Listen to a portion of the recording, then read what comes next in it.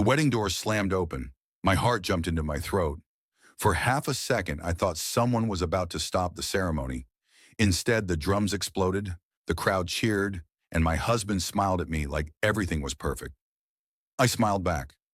I didn't know that the man waiting for me at the altar had already decided, without my consent, that I would never be a mother again.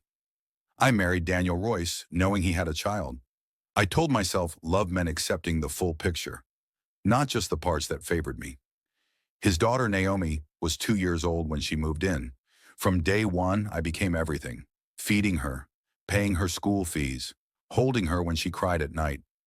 People started calling me her mother. I wore that title proudly. Pause half a beat. I didn't realize I was carrying a responsibility without authority. Before the wedding, I had made one thing clear. If we're doing this, I told Daniel, your past has to stay in the past.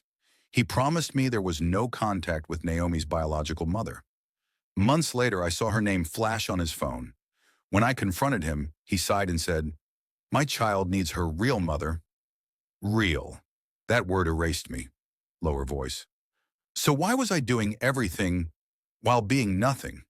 Arguments followed. He said I was overreacting. He asked me to imagine how his ex felt. He accused me of lacking empathy. When I suggested Naomi live with her biological family, he threatened to leave the marriage. I backed down. I always did. That's when my body started paying the price. After marriage, I didn't get pregnant. Months passed, then years. Medical tests said everything was fine. So I blamed myself. I took leave from work. I changed my diet. I prayed harder. I cried quietly so he wouldn't hear. Daniel watched me suffer, silently. One afternoon, searching his bag for a pen, I found a drug. I didn't recognize the name, but fear hit me instantly. The next morning, I took it to the hospital. The doctor looked at it, then at me. "Madam," he asked gently, "does your husband want a child?" "Yes," I replied. He shook his head. "This medication prevents conception."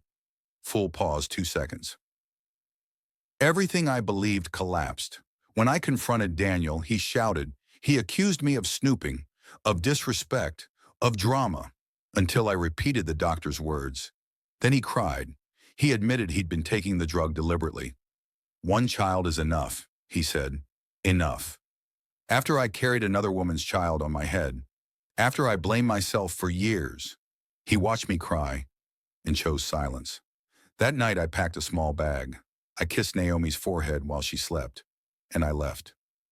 No plan, just survival. After I left, I stopped protecting him. Messages surfaced, voice notes, group chats. He hadn't married me for love. He married me for convenience. When authorities got involved, he laughed, until they didn't. The man who controlled every narrative was escorted out in silence. Lower voice. That was the moment I finally believed myself.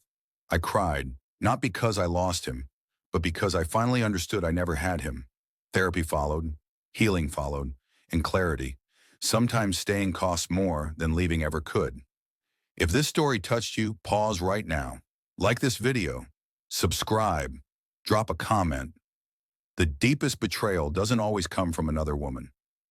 Sometimes it comes from the man who promised to protect your heart. And choosing yourself, that's not failure, that's freedom here. That's